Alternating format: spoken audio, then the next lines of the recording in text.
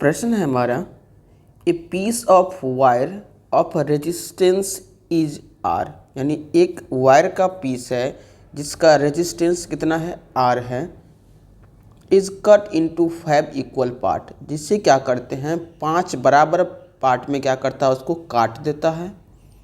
This parts are then connected in parallel, उसके बाद जो 5 जो पार्ट होते हैं वो सारे पार्ट को क्या करते हैं, कनेक्ट कर देते हैं, किस में, पैरेलल में। उसके बाद देखिए, if the equivalent resistance of this combination is R1, then the ratio of R by R1 is, कह रहा है कि जब ये वायर को 5 भाग में काट देता है, उसका जो है equivalent resistance of this combination is R, उसका R1 है, R1 है। तो हमें कह रहा है कि बताइए कि R बाय R1 का रेशियो क्या होगा। बहुत अच्छा प्रश्न है और ये प्रश्न कई बार पूछा भी गया है। आइए मैं इसे आसान तरीके से आप लोगों को बता देता हूँ। लिखेंगे solve if the piece of wire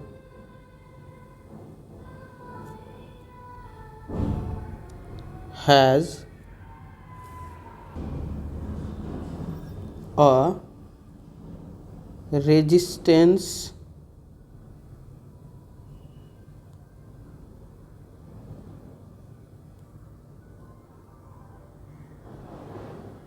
R, ये प्रश्न में दे ही दिया था कि इसका रेजिस्टेंस कितना है, R है,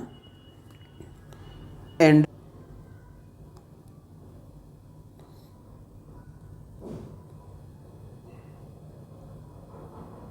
वायर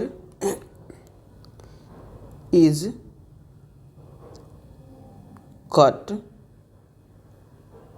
into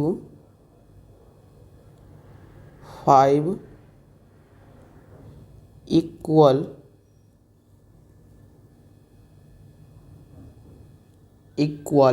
parts। यहाँ तक प्रश्न में जो दे रखा था उससे नोट डाउन कर लिए हैं कि एक वायर जिसका रेजिस्टेंस कितना है, R है, और इस R को इक्वल 5 पार्ट्स में बांटा गया है, जो कि प्रश्न में यहाँ पर देख रहे हैं, कह रहा है कि a piece of wire resistance R is cut into 5 equal parts. यानी प्रश्न में जो हमें दे रखा था उसे मैंने नोट डाउन कर लिया है। अब इसे आसान तरीके से बनाएंगे। अब इसको थोड़ा समझना होगा आप लोगों को कॉन्सेप्ट के साथ। जैसा कि मान लीजिए हमारे पास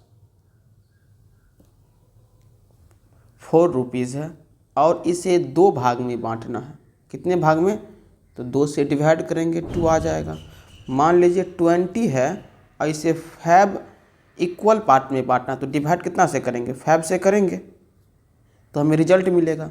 उसी तरह इस प्रश्न को समझिए कि एक वायर है जिसे 5 इक्वल पार्ट में बांटना है, तो 5 इक्वल पार्ट में जो बांटना है हमें, तो डिवाइड कितना से करेंगे, 5 से करेंगे। ऑब्वियसली आप लोग समझ गए होंगे, क्योंकि जैसे मान लीजिए हमारे पास 30 रुपीज़ है, आप लोगों को कहे कि इसे 6 भाग में बराबर से बांटना है, तो डिवाइडेड बाय 6। तो उसी तरह एक वायर है जिस वायर को क्या करना है, 5 इक्वल पार्ट में बांटना है। तो 5 इक्वल पार्ट में जो बांटेंगे तो रेजिस्टेंस इसका कितना होगा, R है, तो क्या हो जाएगा, R/5। थोड़ा सा यहाँ पर क्या करेंगे तो लिख लेंगे, पेन को मैं चेंज कर दे रहा हूँ।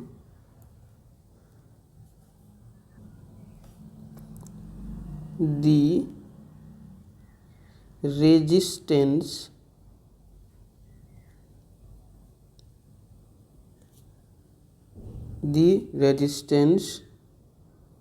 of each part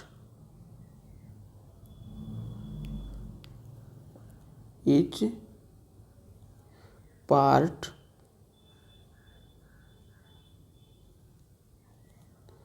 equal to, तो प्रत्येक पार्ट को कितना से डिवाइड करेंगे, 5 से, r/5। अब हमारा ये r1 हो जाएगा, r2 हो जाएगा, r3 हो जाएगा, r4 हो जाएगा, r5 हो जाएगा।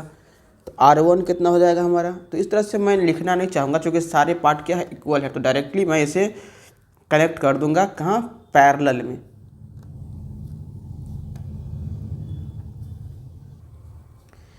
इसे अब पैरेलल में कनेक्ट करना है, 1/r1 इज इक्वल टू 1/1, चूँकि इसको बांटा है कितने पार्ट में, 5 पार्ट में। तो 5 पार्ट में जो इसे बांटा है, तो टोटल पार्ट तो लिखेंगे हम अब। तो 1/r/5 एक पार्ट हुआ। फिर सेकेंड पार्ट भी हमारा होगा r/5 दो पार्ट हुआ, 1/r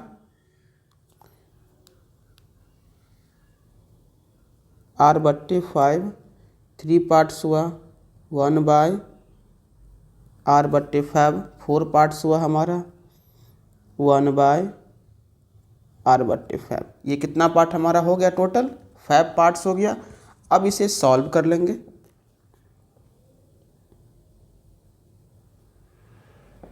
1/r1 is equal to,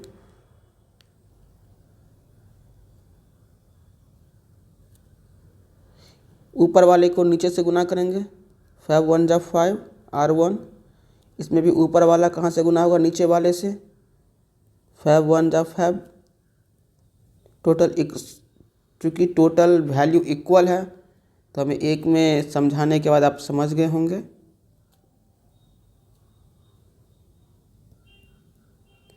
अब इसका क्या करेंगे, एलसीएम ले लेंगे। एज इक्वल टू r हो जाएगा, 1 2 3 4 5 टाइम्स इसको लिखेंगे, 3 4 एंड 5।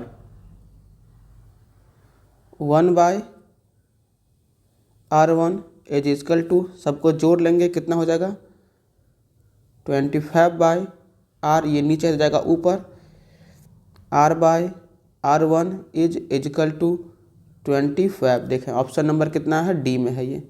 तो इसका सही आंसर जो है वो कौन हो जाएगा, option number D. Option number D इसका सही आंसर हो जाएगा।